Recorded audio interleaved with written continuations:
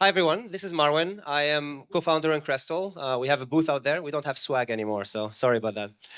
I have some leaders from different protocols today with me on the stage, and we'll talk a little bit about how actually we can collaborate and enable cross-chain integrations and interoperability. I think the topic is quite wide, so we'll try to cover as many facets of it as possible, and we have what you could consider an expert in each one of these facets on this panel. Let's start with Dmitry and get like a quick introduction about yourself, and then more importantly about how your project fits into this bigger narrative. Like, what is the area that you're focusing on or contributing on the most? Yeah, hello. My name is Dmitry. I'm a CTO and co-founder of Fluent. So Fluent is the first blended execution network that serves native compatibility across different virtual machines and different execution environments. It means that for developers, you can take any language you want, any execution environment that you want, and run it inside Fluent by having native compatibility with all other VMs. So you can run SVM apps, EVM apps, WebAssembly applications, and etc. Hi, everyone. I'm Avi. I'm the CEO of Nil Foundation. We're building an Ethereum layer 2 based on ZK sharding. And ZK sharding is an architecture that hopes to bring the scalability of the rollup-centric roadmap with the composability that you would want or otherwise find in a monolithic chain. Okay, thank you. I'm Phillip. I'm blockchain engineer at Zircuit, and Zircuit is a general purpose ZK rollup. As a matter of fact, it's the first ZK rollup built on top of the OP stack. And additionally, we have an extra focus on security because we are integrating sequencer level security at the sequencer level. This means kind of we have a risk assessment of every transaction that's being built into a block. And yeah, so overall, security is really important for us. And other than that, trying to reduce the time to finality even further. Yeah. I'm Nikolay Volf from Gear Technologies. And in Gear Technologies, we try to do like best development experience we have. And also, we try to make the thing super composable with Ethereum, so we don't really need much else composability. One thing we could also offer is like introducing like a lot of computing power. So you basically have an application that corresponds to bridge from like light client on the other chain, so we can really kind of serve as an entry point to different other chains. And also, since we kind of have near native performance on our virtual machines, and we kind of can verify a large portion of zero knowledge schemes that, for example, Ethereum itself has just only one verification mechanism, but we can verify multiple ones for Ethereum and compose it with Ethereum. I'll catch you up, yeah? We're doing a quick intro about yourself, and then most importantly, how your project is participating into the interoperability and cross-chain collaboration. What's like the angle that you're focusing on the most? Okay, hi everyone. My name is Anton Bukov. I'm co-founder of 1inch. It's a leading DEX aggregator, and our latest release includes 1inch Fusion Plus. It's actually implementation for non-custody cross-chain protocol. And yeah, that's the main reason to build on solution was to build because we wanted to not have exposure to using funds, and the only way to build it to have something non-custody, and the only way we know to build it is based on atomic swaps. So yeah. Got it. So the topic of cross-chain interoperability is quite a wide one. So when I was researching it, I wanted to segment it into different areas. And what came up to my attention is, let's call them three things. First of all, we are trying to abstract the user experience, and so they have actually a similar experience or standard experience across any ecosystem they work in. Equal, but from the other side, is for the developers as well. We want to actually enable the developers when they're building to be able to handle any particular ecosystem with minimal effort, minimal duplication, and tap into the opportunities of each one of these ecosystems. And the last part that came to mind, of course, and it's very important, is the liquidity itself. Like if you're bootstrapping a new ecosystem, you want to see the liquidity flowing between each one of them and interacting quite smoothly.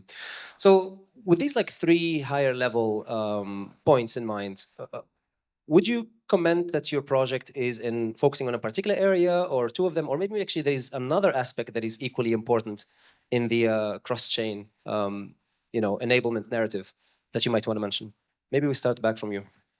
Okay, I think I will start with the idea about MEV. That initially MEV phenomenon appeared as value extraction from transaction flow, but now protocols are able to use this phenomenon to achieve own needs, to achieve gasless execution, to achieve cross-chain execution, and to also for like price discovery. For example, we did this in our implementation as a Dutch auction with competitive resolvers. We achieve all those things which I just named with this. So that's interesting thing that something which appeared on its own is now being utilized inside protocol to achieve specific goals. So yeah, I think this is how we approach to solve all the problems you named. And that would be mostly focusing on essentially liquidity and being able to have the right prices and the best prices on whatever protocol you're using. Yeah, and also like things like partial fills would allow to get emerged liquidity, which was like on cold storages or old cold wallets. When you start filling huge orders by partial fills, this engages even non-connected participants to trade, to bring liquidity from other chains, from Texas, from everywhere, and that's how you can improve price by like if you would try to fill everything with one shot order, it's probably not possible because a lot of liquidity which will be helpful for you is actually not inside of the protocols. It's not active liquidity. It's like cold liquidity. Got it. Can I ask a question? Hey. So one of the reasons that we've ended up in the world that we live in today, in this, many app chain or app roll-up world, is there's a claim that an application might want to capture MEV, right? And by running a sequencer or running a chain, you can internalize that. But we now have solutions where, right, you can actually do that on a general purpose chain with things like roll-up boost or multi-concurrent proposers. And I'm curious, like for you, how do you think about now this world where applications can capture MEV and they don't have to do it by running their own infrastructure? How does that impact like your world?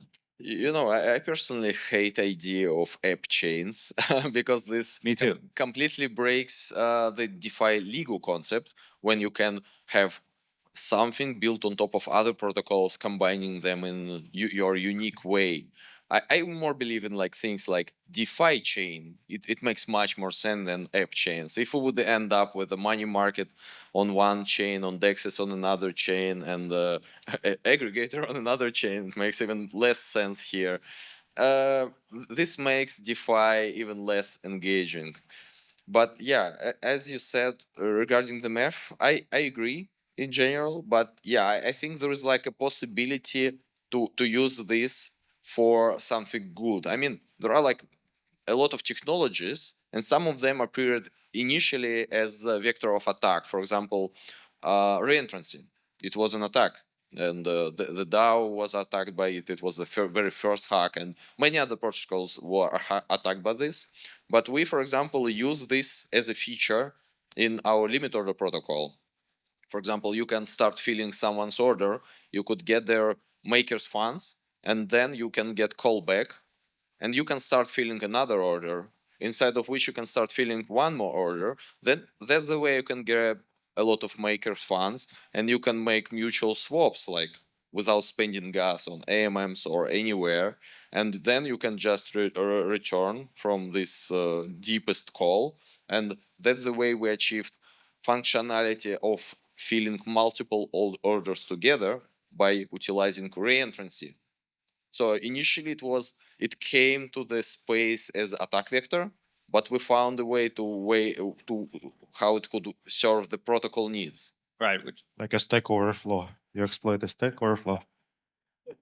well, I mean, I think that's like one of the solutions that's kind of like emerging within the like multi-chain world is that maybe you have these sort of cross-domain builders, right? And this is kind of an emergent property that might give you atomic execution or synchronous execution over multiple domains, right? So kind of similar to the reentrancy point that you're making. Yeah, regarding the atomicity, I don't know any other technology which allows you to have non-custody cross-chain. So atomic swaps were introduced back into 2013. That's before Ethereum was released.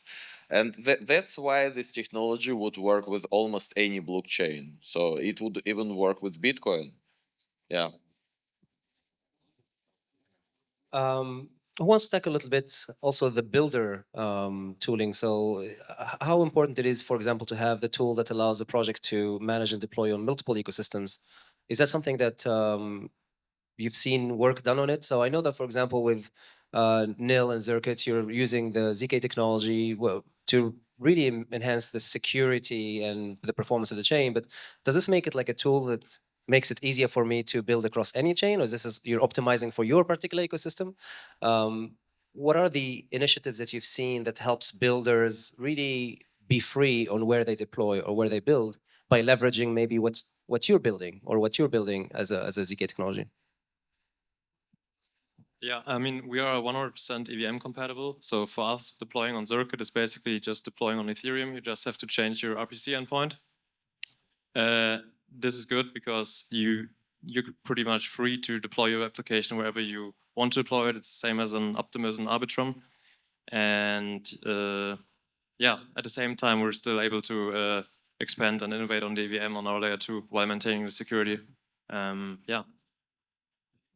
Yeah, I would. I mean, I think just to kind of push back a little bit on your question, right? That we like core to what we're building is ZK technology, but that's not something that end users feel, or even hopefully developers feel, right?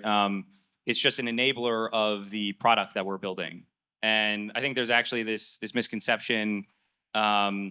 Or maybe sort of misplaced perspective on ZK that like ZK is going to solve your end user problems. ZK is actually something that hopefully users never feel, right? And it's more of a technology like cloud computing that enables very scalable, globally scalable applications. And it's those applications that users feel. But that ZK really it lives in the back end, right? It just enables. Perhaps I was more referring actually to other app chain builders and other rollup builders. Can they leverage the work that you guys are doing to build and extend it to their own rollups? So we see builders like different levels. So we have like the ecosystem builders; these are the rollups and the app chains, and then you have the app builders on top of them. So probably maybe the lower tier of I want to build a rollup and I see the work that has been done on Zircuit or NIL. How can I leverage that? Is this something, for example, with the Polygon ag layer narrative, which is going there and saying, well, yes, we're building a ZK technology, but the goal of the ZK technology not to just power the ZK VM, but to allow all of these chains to come and have interoperability in them. And so probably like a take on that, how can it be contributing, your skill set, how is it be contributing to bring in the other rollups closer together? Yeah, I mean, for us, working with other rollups is a function of working on maybe shared standards. But we take a very opinionated view that, and if you want to ensure interoperability or composability across separate state machines in perpetuity, the best way to do that is to fix it all within one protocol, right? So we're not ZK sharding is not a roll-up stack for developers to deploy. It is a general purpose blockchain for you to deploy smart contracts to. And our hope is that actually application developers never have to think about running their own infrastructure, right? That we build globally scalable infrastructure, and application developers can focus on applications. Got it. Got it. Dmitry, would Fluent be maybe also positioned with the solution that you're doing with, I believe it's native composability, right? Across different ecosystems. Yes. So is that then something allows developer to go and build and compose their application across multiple rollups, app chains? Yes, so we are not aiming to deliver functionality for building their own rollups right now. So we're aiming on shared applications, the contracts and apps developers can run inside Fluent. Regarding the question of composability, I'd like to start with finding the definition from the standards point of view, because when you work with some application, when you create an application as a developer, you actually strictly follow the set of specified standards. For example, if you create application for Ethereum, you are forced to use and follow compatible EIP standards. If you do it for Solana, you're forced to use Solana standards. So, and it defines, somehow defines, from this perspective, it defines the developer experience for developers. It limits you with how you access storage device, because I mean, how you access storage for your smart contracts and etc. Because the SDK is derived from the standards. It's like the second version of the standards. And in Fluent, we think about standards more. So if we support EVM, it means that we entirely support all EIPs that are required to strictly follow developer experience. If we support Solana, we do the same. So developers, they don't affect any like configuration of the system. There is no need to use any additional SDK. They just take existing OpenZeppelin library, Truffle, Head tooling, Solana program, compile the application, and run on Fluent. And the magic happens under the hood, where everything can be natively composable to each other. And for developers, if I'm a software developer for Solidity, I can run my application on Fluent. If I'm Solana, I also can run, and other developers can build on the edge across different execution environments and create new type of applications that aggregate LPH across different standards and reuse them and create something new. Got it. Perhaps Nikolay, let's hear from you like about high performance cross-chain execution, which I believe is one area that you're working on as well. How is the essentially the unique aspects of your architecture that allows you to be uniquely positioned to help with the interoperability in this space? And potentially also like the same question, who's the ultimate beneficiary? Is this something that the apps builder will be benefit from it? Or is this mostly actually on people who are building the infrastructure, such as chains, etc.? Yeah, I mean, in what we are building, we are focusing exactly on being always composable with Ethereum, because everything, everything sensible happens on Ethereum, and even when people kind of spawn their own layer one, now the first thing they do is some kind of bridge to Ethereum. So probably like composability and interoperability with Ethereum is kind of first thing you need to do. And basically for us, we just do like composable with Ethereum from day one. And especially if Ethereum now has like all the tools to secure pretty much anything, especially even without zero knowledge. Even just with liquid restaking allows now secure pretty much anything with a pretty kind of sensible security. So what we are doing in this environment is basically we just offer infinite, almost in terms of Ethereum, like almost infinite compute with pretty much sensible security that this mechanism allows. So so you can deploy like light clients of other chains inside us and still be composable with Ethereum and vice versa. Got it. Phillip, I saw the keynote earlier from Zircuit, and I know that you guys leverage AI on a lot of aspects of the execution in the chain and then the cross-chain transactions as well. And to me, essentially, part of solving interoperability as well or cross-chain is that if we can simplify it for the user through intents, like when you want to execute something, you just extract that intent and be able to run it in the best efficient way.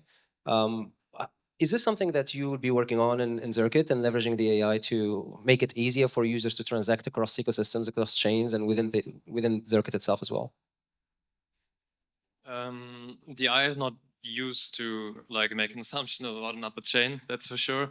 Our AI, or the deep learning base, is used to get an assessment of the transactions, and which then returns whether this transaction might be malicious or not. And yeah, of course, I mean, cross-chain hacks are as relevant as like just single-chain hacks. And to detect these, you would like either need to run a full node of the other protocol, which is feasible at the current time. Otherwise, what I'm very optimistic for the future is either if other rollups maybe, for example, only post state diffs, and maybe you can have a ZK Lite client based on these state diffs that you can keep like state of these rollups without like running infrastructure for other rollups, but still support like cross-chain executions. And also, yeah, I mean, we pretty much kind of already have cross-chain transactions in a way from Ethereum to our L2, which are, because we're based on the LP stack, there's deposit transactions. So theoretically, you can enqueue L2 transactions through the L1. We have this to like remain censorship resistant. And also for these transactions, we are also making sure that we are running an extra risk assessment on these L2 transactions initiated from L1. And yeah, technically for doing this cross-chain, I don't see it much different. We just need to know about the state, and yeah, the I is used for the risk assessment itself, but not for the interoperability of it. Got it. And you don't think it would be a good fit for solving that as well? Everybody wants to invest in AI nowadays. So what can we use it for more than just the security part? You want us to make assumptions about the state with the AI, or? No, but essentially allow it, make it easier for users to transact from one place to the other or interact with different ecosystems, starting from your, of course, origin point. Yeah, as other people have said, I'm not too optimistic about complete app chains. So I think, at least from our perspective, this does definitely introduce some new security loopholes. So I think for us in the near future, it will be rather like a fixed set of chains that we will be fully interoperable with. And because to give a safe security assumption, we would want to be really sure about the state on that other rollup. Got it. Got it. Anton, like I've used, I think the 1-inch Fusion when it first came out, and at that point it kind of blew my mind how it worked and simplified a lot of things. Now, obviously, I think it has been a while. Like it's been a year, 2 years. Almost 2 years, yeah. 2 years, yeah. So there is a lot of actually other solutions that came up, and there is a few ways now that you can see a swap happening from chain 1 to chain 2, almost with the cheapest fee, with the fastest execution, etc. How have you seen the evolution of this like abstraction essentially of where the liquidity is, where the transaction is coming from the day that Fusion came up to other solutions today? To be honest, like I don't remember the names, but let's say even I believe Uniswap has enabled that, which allows you to do cross-chain swaps. I seen it on the OKX wallet where they even use their centralized exchange as a swap pool. So it's getting more user friendly. And then how has been the journey for Fusion and what's next? That's actually a great question. I can talk a lot about abstractions. Yeah, I will start from very beginning. Initially, users made swaps by submitting transactions on their own, and this was subject for MEV. And we found way that the only way we can protect users from MEV is to introduce completely new protocol how they would get this service. Because we tried to push own RPC which protects from MEV, but there is no way to turn every user to protect themselves. You should to rebuild protocol that way that new protocol protect them. But we still allow users to perform classic swaps, and a huge amount of users, huge share of users are still enjoying the old classic way of sending transactions of their own. That's a huge mystery for us. We do not understand why they do not switch for Fusion, because yeah, from my point of view, it's giving much better rates, especially for amounts which end up to price impact of like 1%, 2%. With Fusion, you could still get like no impact at all. And yeah, we started with building Fusion as a layer which incentivized MEV actors, searchers to perform gasless operations and for also price discovery, because Dutch auction with competitive entities is a great price discovery mechanism. And it was also utilized by Uniswap X. They reference 1-inch Fusion. So yeah, it's pretty similar. And now we implemented 1-inch Fusion Plus, which is the same thing, but with on top functionality, we have those escrows for atomic swaps. And I think not everyone actually understands how all these things works, because people think that we only have DEXs aggregation. But actually, since 1-inch Fusion, we have aggregation of other chains and sexes. And this is happening through entities called professional market makers, PMMs. Whenever users trying to trade on aggregator, we get quotes from PMMs. how they can provide quotes. They see opportunity to buy something what they can sell to user, buy it in somewhere other place, like on Binance, on FTX, anywhere, or any layer two on any other blockchain, like where it doesn't matter for us because we are giving the user the atomic experience because users do not struggle about all this cross-chain access to all this liquidity. But yeah, this is like direct incentive for them. They earn on, they do it like a pre-arbitrage. But if order is huge enough, this could end up to partial fills, and this will be pre-arbitrage with arbitrage by cold liquidity, which is not active. So yeah, it's like uh, switching from classic mode to fusion mode is like bringing much more liquidity to your swaps. And now everything is starting run away from each other to different layer twos. This is not something which helping liquidity, but this is helping to get more users and more liquidity because that's the way Ethereum selected for scaling. So yeah, I think in like 1 to 3 years we would end up having tens times more liquidity. And this would help with prices, with experience, with everything, not only for regular users, but also for institutionals, because we would probably have liquidity which is much deeper than on traditional markets. It is already comparable, even in terms of volumes, it's sometimes comparable, but it will be exceeding traditional finance liquidity in like 5 years. I'm like pretty sure about that. Can I ask a follow-up? You just said that this proliferation of layer twos is going to increase the amount of total available liquidity.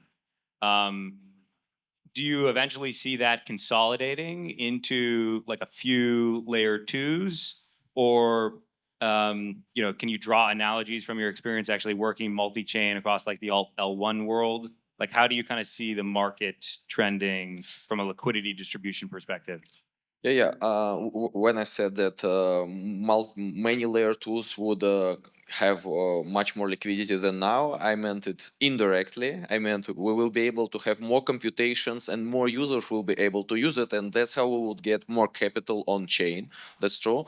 Regarding the distribution, I think we will end up to something like 20% of L2s would have 80% of liquidity. It's yeah, but yeah, it's like it will be not be evenly distributed, and it was the same for different dexes. But yeah, comparing liquidity on different dexes is difficult since we have not like pools with compressed liquidity. So yeah, some protocols with lower liquidity could offer better rates than protocols with huge liquidity. Is depending on how those protocols works. But yeah, distribution among protocols is pretty unequal. There are some leaders, there are some those who can dominate space for a while, but then can they lose their domination, leadership. And I think with layer twos, we will also see something like this. They will compete in different things, in fees, in legal questions. I'm pretty sure we will see L2s with a regulation, which will not be permissionless anymore, because being permissionless is not something mandatory for L2, because L2 is being governed by smart contract on L1, and since it's smart contract, it's programmable.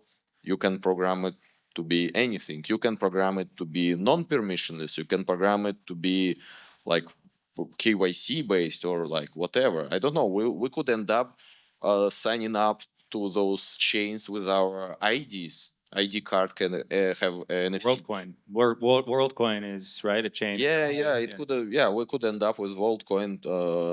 And I think we will see some L1s switching to become L2s because it makes much more sense in terms of liquidity accessibility. Yeah. Oh, I have a question. So you mentioned about the distribution of the liquidity, but distributing the liquidity doesn't mean that you get less value, because that's like the nature of the market expansion. you get more market, you get more user functionality, and you get more liquidity in that. Yeah. I mean, to get more liquidity, we need to get more users, and that's why we need to have more computations. So we would not have any expansion if transaction fees will be $5, $10, $20. No way. We need cheap transactions. So the whole idea of scaling is to get cheaper execution. We need way cheaper execution, and having this with L2s, we would be able to onboard more millions of users. I think maybe next year we will onboard like tens millions of users or millions of users. This actually depends on how on cryptocurrency and DeFi perception in in media, in like on government level. Now we see United States is going to recognize crypto as something real, because yeah, a lot of people are still heard something about crypto and they think this is something about scams. They don't aware that this is something technological actually, and this is something which gonna replace traditional financial system in like 10 years or something like that. I saw a survey this day where I think this morning where somebody asked a group of people and they said, would you rather see crypto and blockchain become successful, but you don't financially gain, or would you rather actually become rich and blockchain ecosystem dies? 80% chose the second one. And so of course, we love actually that we are building a technology that distributes the human coordination, allows us to do more beyond borders. But it is, in fact, there is a lot of people who are participating in it just for a financial gain. And so we will see a new wave of users coming in with this, let's say, positive image that we are getting in the next few weeks and currently as well, for sure. But then this brings the thought to me is like the topic of modularity and layer twos versus monolithic. And so a lot of us here are building solutions to enable this cross-chain interoperability between layer twos, between ecosystems, to scale Ethereum, etc. But then in a world where in a potential world where the solution is a big monolithic chain with high performance, such as let's say Solana or something like an L1 like Monad, for example, what does that actually make it for what we're building? How does that apply? Do you see that as a potential path to solve what we are trying to solve with our different approaches? Well, I think it just depends on the scale of your ambitions for the industry. Like, I think you could. It's very plausible that Solana achieves their vision of running Nasdaq on Solana, but that is one application. This app chain. Exactly. It's an app chain. And if you believe that these are systems, global systems for financial markets, money, other types of verifiable or trustless compute, it is ridiculous to believe that you're going to run it over one of these blockchains designed to operate on a single server, right? And I think this was the genius of Ethereum way back in 2015, right? With execution sharding, with plasma, state channels, rollups. These are all architectures that allow you to make use of many, many machines at once within a single functional system. Now, the issue today is with the rollup-centric roadmap, these things aren't a functional system, right? And we're talking about, on this panel, how do they maybe become one? That's where we spent a lot of our time at NIL. Yeah, I would say from protocol point of view, I will be just happy with one chain with super cheap transactions, all protocols all together, DeFi legal, like rainbow, unicorns. It's like amazing. But yeah, one of the main points why it's not possible, because technology do not allow us to run this huge single thing on multiple small machines, and we don't run supercomputers to run those, because it will be pretty centralized. Not everyone have supercomputer at home, so yet.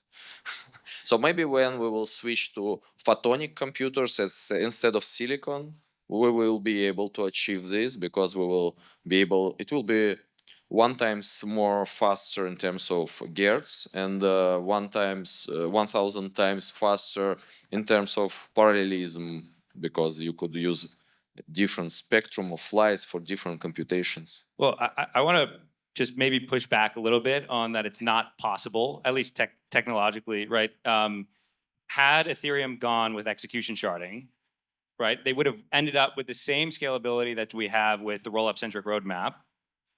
You would be trading off sovereignty, right, and customization for developers to spin up their own shards, but you would have maintained interoperability between all of those shards.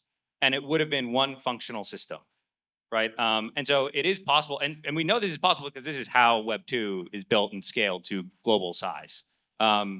So, you know, maybe there are other reasons why that would never end up happening, and you know, unicorns don't exist. But I think strictly from a technology perspective, it's within reach. Yeah. I thought unicorns, no? Yeah, but the sharding thing is also not easy. I mean, I would That's what prefer have they- one shard and infinite computational capacity. Would you think we had execution sharding today if the roadmap would have been to go for it? Would we have it? Would we have it on Ethereum today if you think they decided to go with it? I mean, I'm not gonna say they can be kind of slow, the beam chain. Sure. I mean, I think if they had, if they said that that was going to be the way that they're going to scale the L1, yes. And I think like the judgment call was, okay, we know we need more scale. We need something quick. Execution sharding is a very complex thing to implement, especially for an already live network. Let's go with the rollup centric roadmap, and hopefully they can figure out the coordination problem. Now, the issue is we got the scale, but with the fragmentation, and now we have a social coordination problem.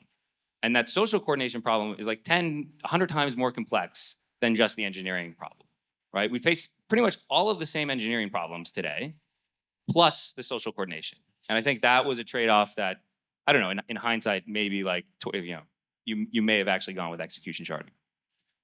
I wanted to add about sharding and what can expect us in the future. About sharding, I don't think sharding can be the thing that can solve all existing problems, and we can have one universal sharded system that is well distributed across the world. That won't work because of the conflict of the potential conflict of interest. And the first thing, because sharding requires quite strong assumptions to be defined. You cannot just create a sharded system. If you have like intro-shard proofs that are driven by decay, for example, then it makes the system much more stable and more robust from this perspective. Otherwise, you can do a distributed storage, but you don't know what parties control parts of these shares. So if you have very tight and very strict technical requirements, there is a probability that most of computed resources can be controlled by one party, and they will also have control over the entire shard.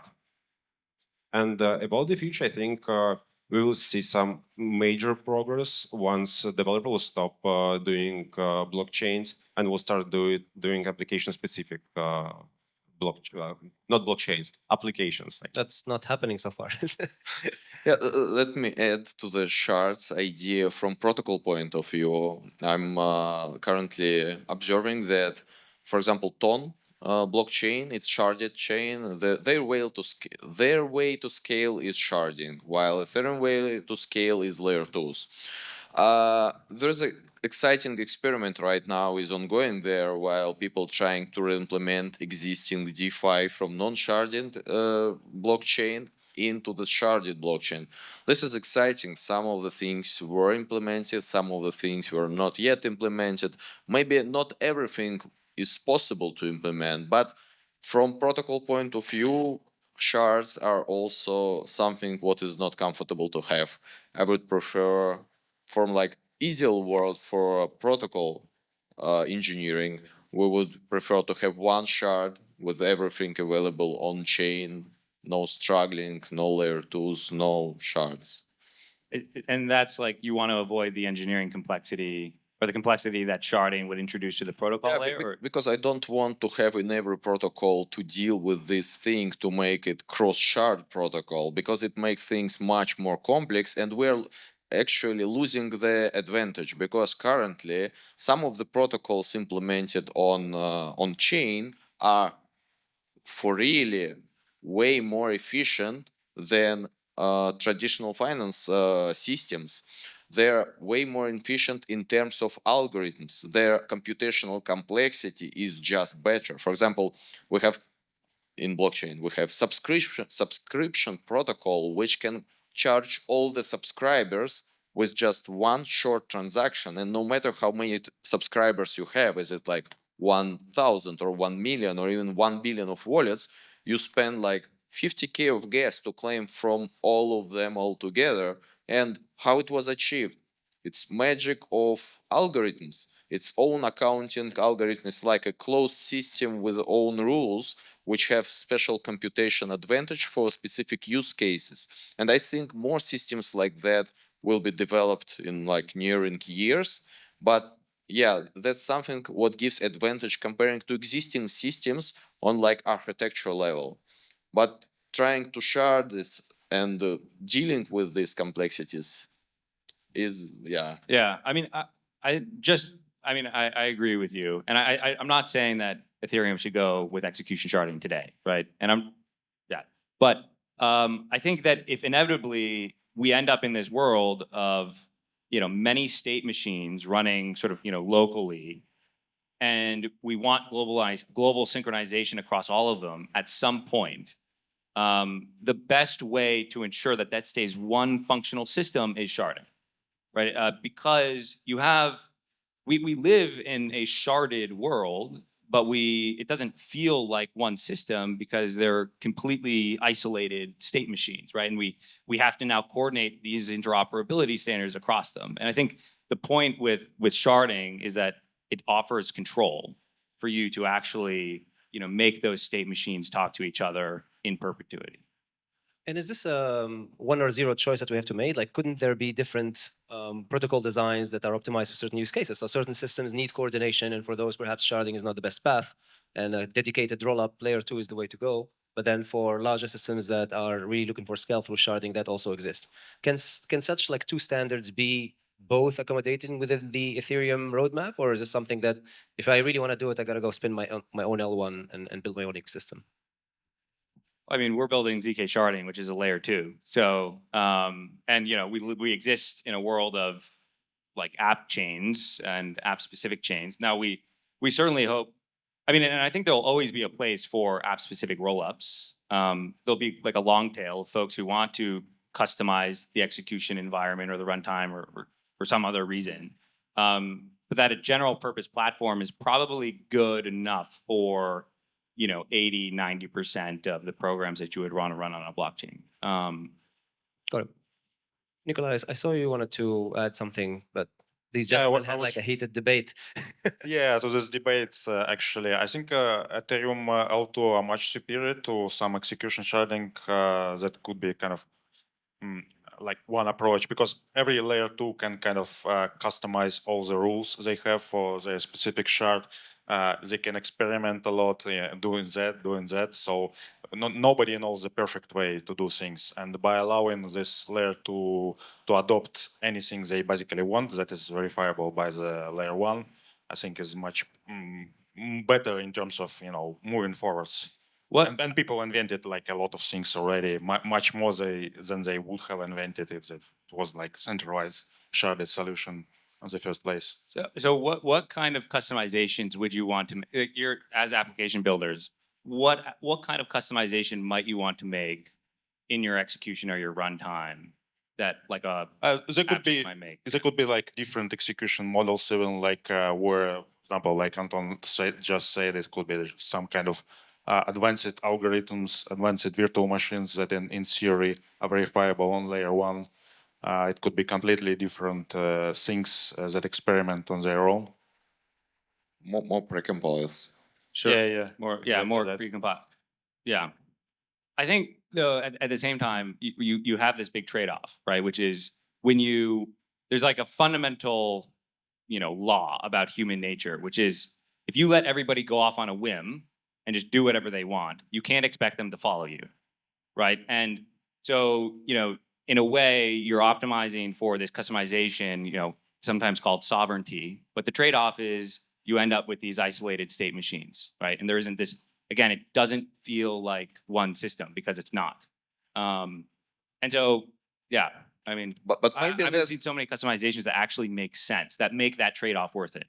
But maybe all this diversity among implementations is the way how Ethereum would find something like how it should move forward.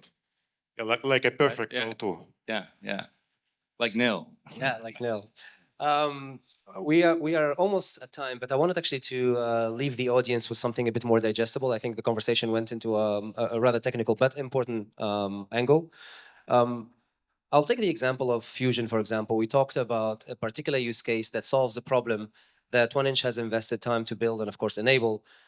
Perhaps like for the other projects, when you wake up in the morning, what is the kind of the one use case that you say, my work is necessary to enable that use case for a consumer, for a user, from an endpoint?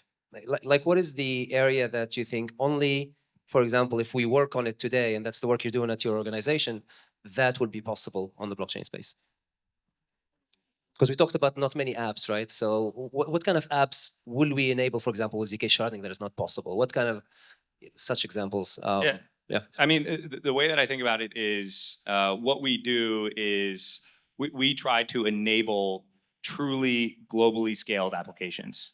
And we spend a lot of time thinking about the future. And the future that we see is, one where Bitcoin flips gold, where stable coins, become a meaningful amount of the M2 money supply, where DeFi is truly this viable alternative to the existing financial system.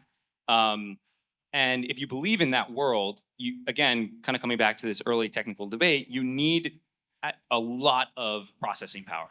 And you need to be able to distribute that compute over many, many machines. And that's why, again, coming back to this technical talk, we believe sharding is a solution for that.